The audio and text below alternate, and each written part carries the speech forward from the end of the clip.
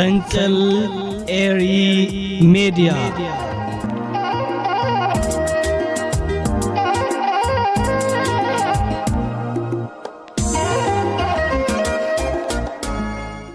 ሰላም ተኸታተልቲ መደባት ፈንቅል ኤሪ ሚዲያ ከመይተምሲዩ ካምፓላ ጓንዳ ካብ ዝርከብ ስቱዲዮና ዕዙዝ ሰላምታና ነባኽኒ ይብጻሕ ነሎም ሶኒ 30 ሰነ ዝበልኮ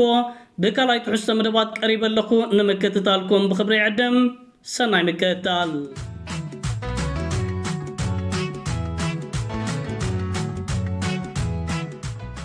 كبرات تغطاتلتي بتي قدامين ريا قداس زعبا مس انفلم بغطتا مس هاجرنا ايرتران غربيت هاجر سودان زت تحازو خينو هاجر سودان كابزاتياتو تركب جلا عزاوت كيناتن قلولاون نموتا منغست ايرترا زينت صف حاجزات ان كاده يركبالو حزبن منغستن ايرترا كساب حجي نمنغستن حزبن سودان سالاز غبرلوم زينت صف عبيت حاجزات سراويت منغست سودان نعبيت كفالنا يتهاجر تغاتاتيرون غاساتون ناقصله يركبالو مز ጉዳይ ተታይዞ ሎሚ አገዳስ ሐብሬታ ወጪው ይርከባሉ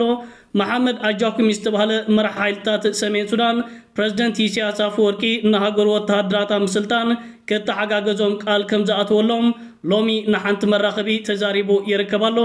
እዚ ናይ ሰሜን ሱዳን መራሒ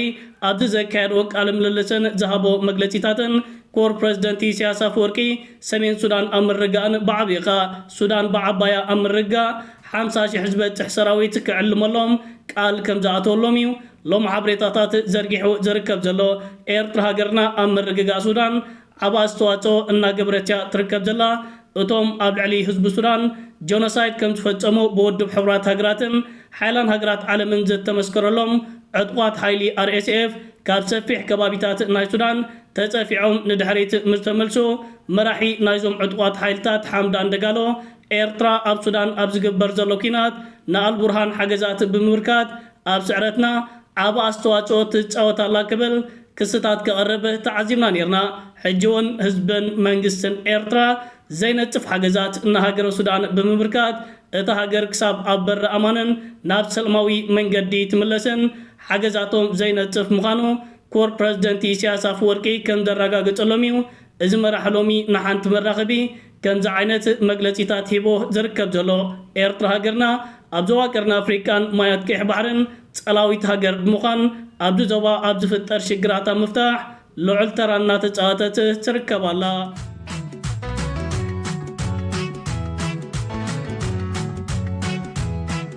كبرات تغطاتلتنا نابتي كالاي نوريو قداس زعبا مس نسجر منيستر قدات وصا قبطي مس قدا قدب هداس ايتيوبيان مس ايتيوبيا تتحيزو لوم حدا حبريتا زرقيحو يركبالو እዚ ሚኒስትሩ ጉዳያት ወጻኢ ምስ መንግስታዊት መደበር ቴሌቪዥን ናሃገሩ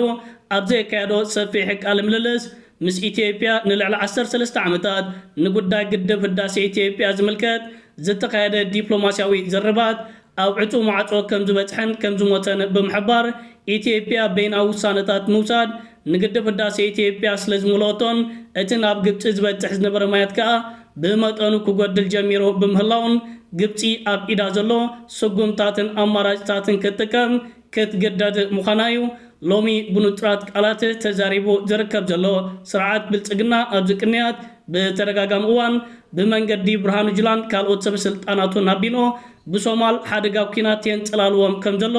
ንባይቶ ወከልቲ ህዝቢ ናይት ሃገር ክዛረቦ ተዓዚምና ነርና እዚ ስጋታት ግብጺ ንግድብ ህዳሴ ኢትዮጵያ ካብ ሶማል ተበጊሳ ከይተጥቁዖን ከይትዕንዎን ልዑል ስጋታት ሓዲርዎም ይርከባሎ ሚኒስትር ጉዳያት ወጻኢ ግብጽኻ ነዚ ተፈጢሩ ዝርከብ ዘሎ ኩነታት ኣብ ዘለዎ ላምባ ብምኽስካሲው ኣብ ልዕሊ ኢትዮጵያን ግድብ ህዳሴን ግብጺ ወተሃደራውን ናይ ሓይሊ ስጉምትን ክትወስድ ከም እትኽእል ዓመታት ሂቦ ዝርከብ ዘሎ ስርዓት ብልጽግና ንልዕሊ 13 ዓመታት ምስ ሱዳንን ግብጽን ዘካየዶ ዘረባት ብዘይፍረ ድሕሪ ምብታኑ ንግድብ ህዳሴ 3 ግዜ ብበይናዊ ውሳነታት ክመልኦ ኪሎ ነይሮን ንግድብ ህዳሴ ኢትዮጵያ ንምምራቕ ስርዓት ብልጽግና ይሻባሸበሉ ኣብ ዘሎ እዋንን ሰዓትን እዩ መንግስቲ ግብጺ ኣብ ልዕሊ ግድብ ህዳሴ ኢትዮጵያን ብዓባያት ሃገርን ወታደራዊ ስጉምታት ክወስድ ምዃኑ ከምዚ ዓይነት መጠንቀቕታታት እናስምዐ ዝርከብ ዘሎ እዚኻ ንስርዓት ብልጽግናን 4 ኪሎን ናይ ደወል ሓደጋታት ኮይኑ ይርከብ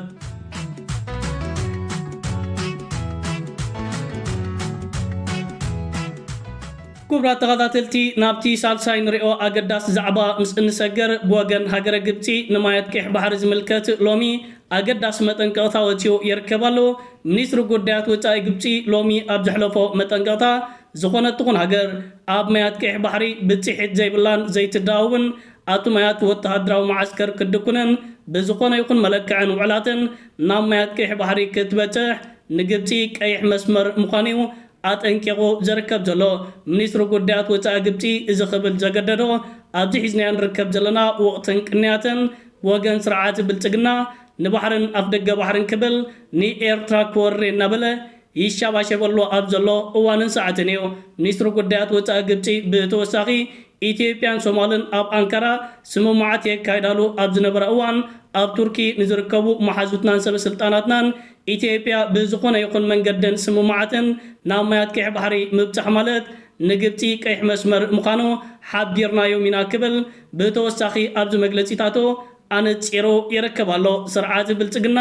ንማያት ቀይሕ ባሕርን ንወደብ ዓሰብን ክገብሮ ዝብል ዘሎ ኩናት ካብ ኤርትራን መንግስቲ ኤርትራን ህዝቢ ኤርትራን ጥራይ ዘይኮነስ ኣብ ማያት ቀይሕ ባሕሪ ብፅሒት ካብ ዘለዎን ሃገራት እሙኻ ሓያላን ዝበሃላ ከም በዓል ሃገረ ግብፂ ከምዚ ዓይነት ተሪር ኮነንን መጠንቀቕታን እናመፀዩ ዝርከብ ዘሎ እዚ ፈርካሽ ስርዓት ውሽጣዊ ኩነታት ሃገሩ ከረጋግእ ዘይከኣለ ንርጉዓት ሃገራት ከም በዓል ኤርትራና ዝኣመሰላ ከትንክፌ ምባሉ ልክዕ ከም ባሓዊ ምፅዋት ዝቑፀር ስርዓት ብልፅግና እዚ ሎሚ ብወገን ግብፂ መፂዎ ዝርከብ ዘሎ ክልተ መጠንቀቕታታት ኣብ ርእሲ ዘላታ ተወሰኸታ ከም ዝበሃል ፍርሕን ራዕድን ክፈጥረልዩ ኣብ ዝቕፅሉ ሰዓታትን መዓልታትን ጋዜጣዊ መግለፅን ንብዓት ሓርገፅ ዘረባታትን ከስማዕ ከኣ ክንዕዘቦ ኢና ግብፂ ዝወሲዳቶ ትርከብ ዘላ ኣገዳሲ መጠንቀቕታን መርገፂታትን ንሃገርና ኤርትራን ንፀጥታዊ ምሕስነት ማያት ቀይሕ ባሕርን ዞባ ቀርኒ ኣፍሪካን ኣገዳሲ ኮይኑ ዝርከብ ኤርትራ ሶማል ግብፂ ኣብዚ ዝሓለፈ ዓመት ኣብ ኤርትራ ናብ ምዃን ሱሉሳዊ ኪዳን ሰለስተን ሃገራት ስምማዕ ኣካይደን ነይረን እቲ ዝተኻየደ ስምምዓት ክሳብ ፀጥታውን ወተሃደራውን ምትሕጋዝ ዝበፅሕ ነይሩ እዘን ሃገራት እዚአን ኢትዮጵያ ናብ ኤርትራን መንግስቲ ኤርትራን ዝኾነ ይኹን ናይ ወራር ምልክታትን ምትንኻፍን እንተካይዳ ንኤርትራ ክከላኸላን ምስ ኤርትራ ሓቢረን ነቲ ዝመፅእ ወራር ሓይሊ ክድዕምሳ ስምምዓት ኣለዎን ስለዚ ስርዓት ብልፅግና እዚ ሎሚ ብወገን ግብፂ መፂዎ ዝርከብ ዘሎ መጠንቀቕታታት ናብ ኤርትራን መንግስቲ ኤርትራን ገጽካ ከይትጥምት ዝዓይነት እዩ ብተዛር መንገዲ ኣብ ሓፀርቲ እዋናት እውን ሓይሊ ባሕሪ ሃገረ ግብፅን ኤርትራናን ካልኦት ኣብ ማያት ቀይሕ ባሕሪ ብፅሒት ዘለዎን ሃገራትን ወተሃደራዊ ልምምዳት ክካየድ ምዃኑ ዝበፅሓና ሓበሬታ የመልክት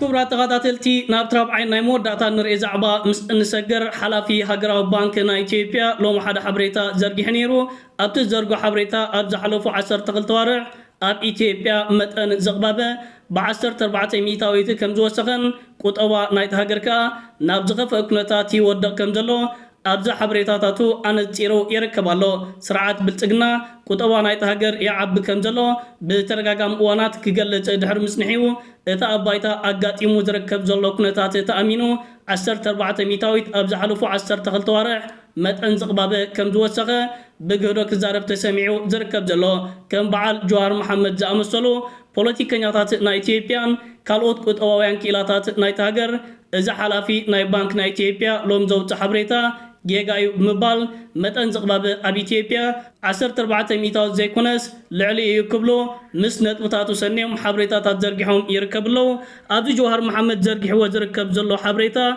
أب سنة 2024 طاف نغنطال شومونتا شحز نبرة أب سنة 2025 13 شح بتحي يركب إذا سوسان كلتنت وحمشت ميتاويت وسخاري مالتيو واقاتات نرادي أب سنة 2024 7 شومونتا زنبرة أب سنة 2025 122 بر بتحيو إذا 56 ميتاويت وسيخو بر ناب دولار نايم جزع عمتاتو أب سنة 2024 57 زنبرة أب سنة 2025 135 بتحي ركب إذا ناي 134 ميتاويت وسخاري مالتيو بعد تغلالي أب إثيوبيا متن زغبابة أب زمد حلفو 10 تغل توارح بوسوس ميتاويت وسيخو كبليو جوهر محمد بخمس عينات أهازاتن استاستيكسن أرديو زركب زلو إثيوبيا أبزخف قطواوي قلولاون عزقتن وديقا تركب كنجلا ناي قراناتات مستير كوين إجركب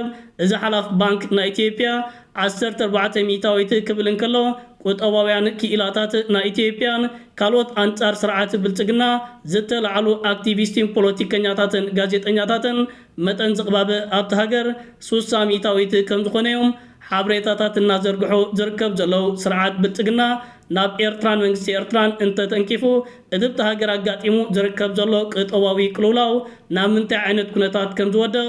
نمردو زي شقراي كونن إثيوبيا أبعزق تحسن ستيما مكلخال نايت هاجر فعفحا مبال كنتات سرعات بلتقنا منبر سلطانو كيعلو أب أديس أبا حيات ستة وحلواتات إنا كيريو زركب زلو كبرات غداتل تي فنكل إيري ميديا نلو ما داليز نبركو كال أي تحسو مدبات إذا غتكاتاتلو تنحكمي زمسل نيرو صباح بكال مدبات كساب نراغب سلام وصناي أبزل لكمو بروخم شد كريم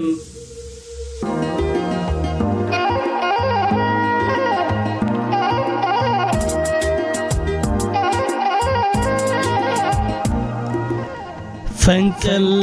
إيري ميديا